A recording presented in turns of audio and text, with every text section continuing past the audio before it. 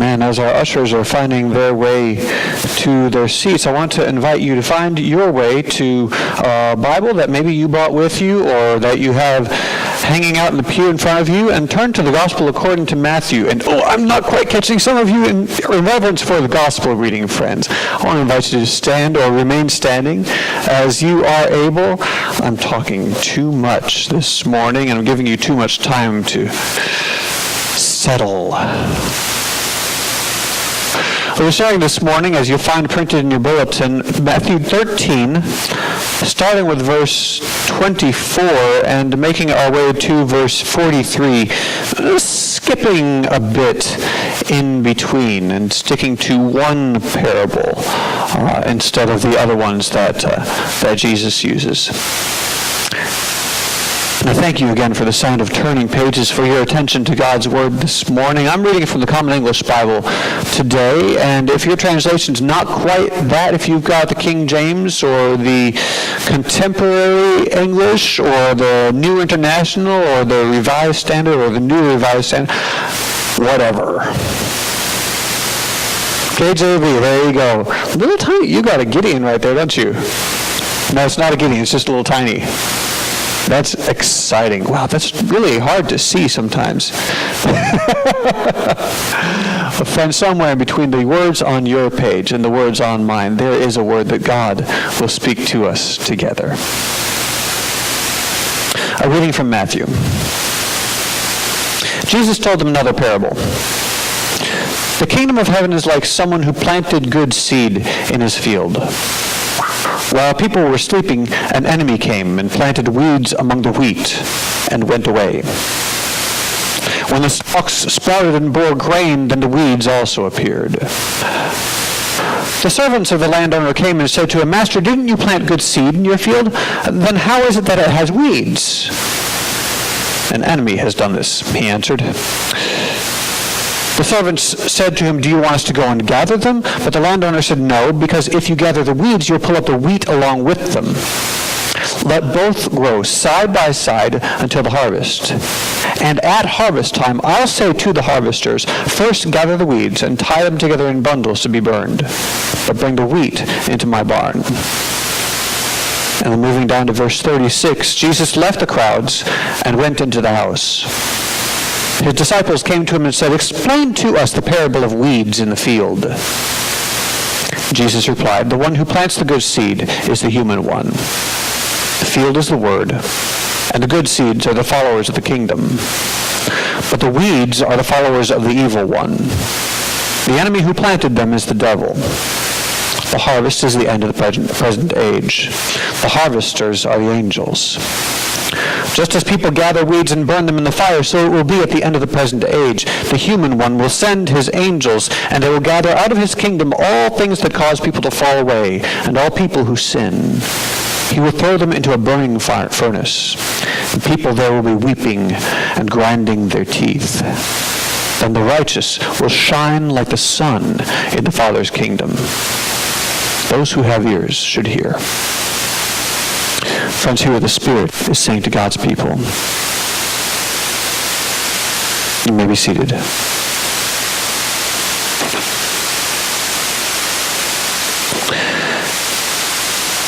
Let the words of my mouth and meditations of my heart be pleasing to you, Lord, my rock and my Redeemer.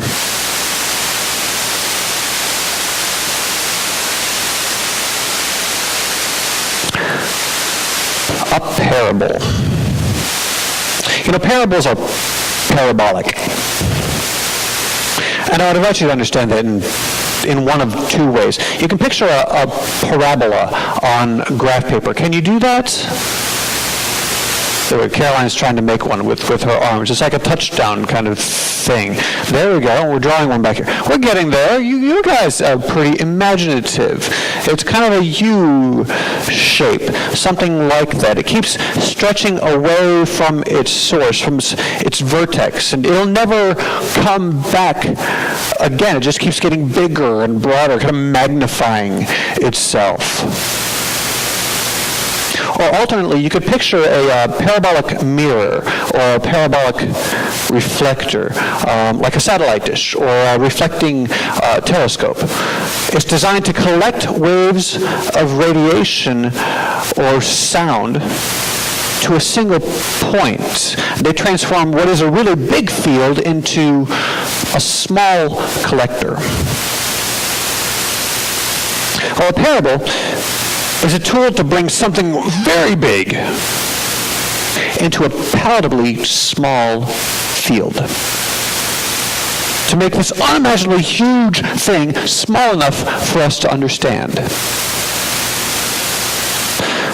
Now, a parable also has the effect of warping away from its source. The more it stretches, the more distant from its origin it becomes.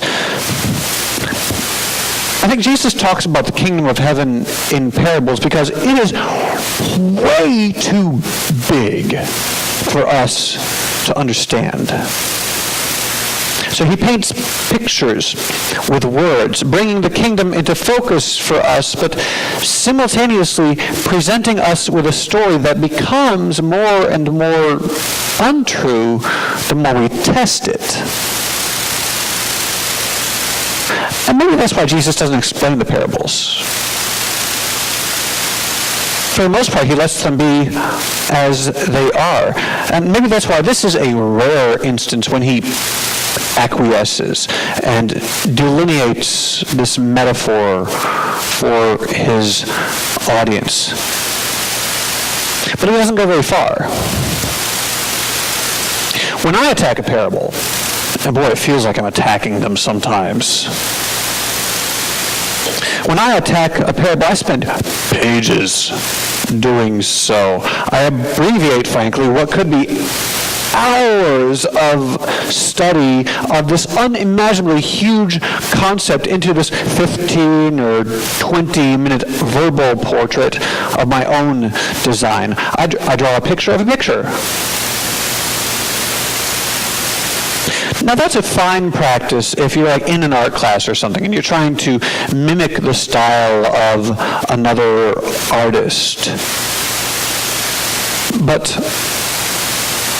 art of art doesn't usually make very good art. In the end, it's just not terribly helpful. So that's a practice that I tend to try to avoid. And maybe that's why Jesus doesn't do it either. Instead, he turns this piece of art into a bulleted list. The one who plants the good seed is the human one. The field is the word. The good seeds are the followers of the kingdom. The weeds are the followers of the evil one. The enemy who planted them is the devil. The harvest is the end of the present age. The harvesters are the angels. The people, just as people gather weeds and burn them with the fire, so it will be the end of the present age. Boom! Some of y'all must really like bulleted lists, I'm sure. Some of you would much prefer the portrait. But I don't think this is what the disciples were asking for. Explain to us the parable of the weeds in the field. These are people who aren't taking notes. In fact, most of them probably can't in that day and age. They don't know what to do with this list. I think they're asking Jesus to explain what this means to us. Tell us, Jesus, what we're supposed to do with this parable. And Jesus says, nope.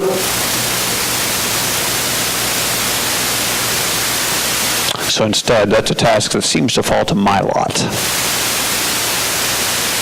What do we do with this parable? You know, the easiest thing is to start categorizing people. In fact, the parable seems to invite that. So the first thing we do is we name ourselves. Well, we are the good seed. We are the wheat. Absolutely. That's a pretty cool feel-good interpretation. And if we're the wheat, that means we get to start naming off who the weeds are. Oh, that's fun. I bet we're not bold enough to do that here, where we're trying to model the best version of ourselves, but it is so easy to go home, to go to a common table, and to start naming people, to start naming groups of people. I rail against people who do that, It makes me angry when people start categorizing other people, when they start treating them as less than human. It breaks my heart when people pick out certain ideologies and traits that other people have and then categorically condemn them. It makes me really, really mad. I want to take people who do that and just put them in a box and just lock them away until they start learning to treat other people nicely. Play nicely in the sandbox. I want to remove them from the social world, take away their right to make decisions because they keep making bad decisions. Take away their right to voice their opinion because their opinion is so hurtful and destructive and sinful. I want to do that. I recognize that. I want to do that. I recognize that in my own protected circles, in my home, among my friends, I do that. I dehumanize and categorize people who aren't like me, which is exactly the problem I have with them. Doggone it. Now I'm the weed. I'm the weed. Oh, I thought I was the righteous one. I thought I was the good seed. I thought I was the wheat.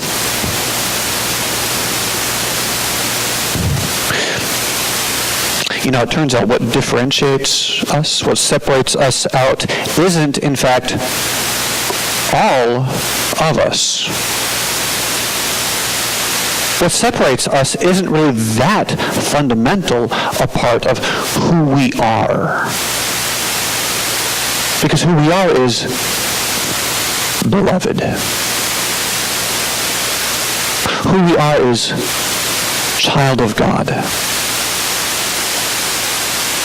Who we are is sister and brother of Christ. But there's that part of us that forgets sometimes how beloved we are. There's that part of us that forgets that if we are the image of God, then so is our neighbor. There's that part of us that wants to build ourselves up by tearing someone else down. That is the ugliest part of us. That is the kudzu that sun starves the oaks of our souls. Or that is, as Caroline and I discovered in Jodi's wonderful garden, the poison ivy creeping under the strawberries and toxifying what should be beautiful, delicious fruit.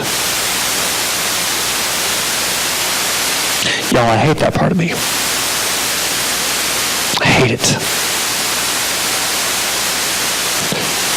And maybe that's a big part of the problem. So I need to do something other than hate. And that's something I'm working out right now. I'm trying to figure this out. I recognize that I can't love that part of myself that dehumanizes and that categorizes and that condemns other people. I can't nurture that because that is the sinful part of me. But I can't hate it either. Like it or not, that response is part of me. And that self-flagellation of hate is as sinful as hating that part of someone else.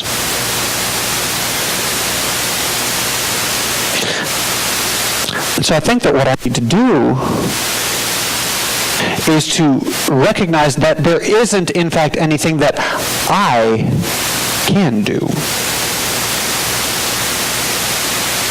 I need to let go and trust someone who can do something. What I need to do is let God redeem that part of me. But it's only a part. It's not everything. It's not even fundamentally me. It's just a weed. It's a weed in that glorious garden of who I am.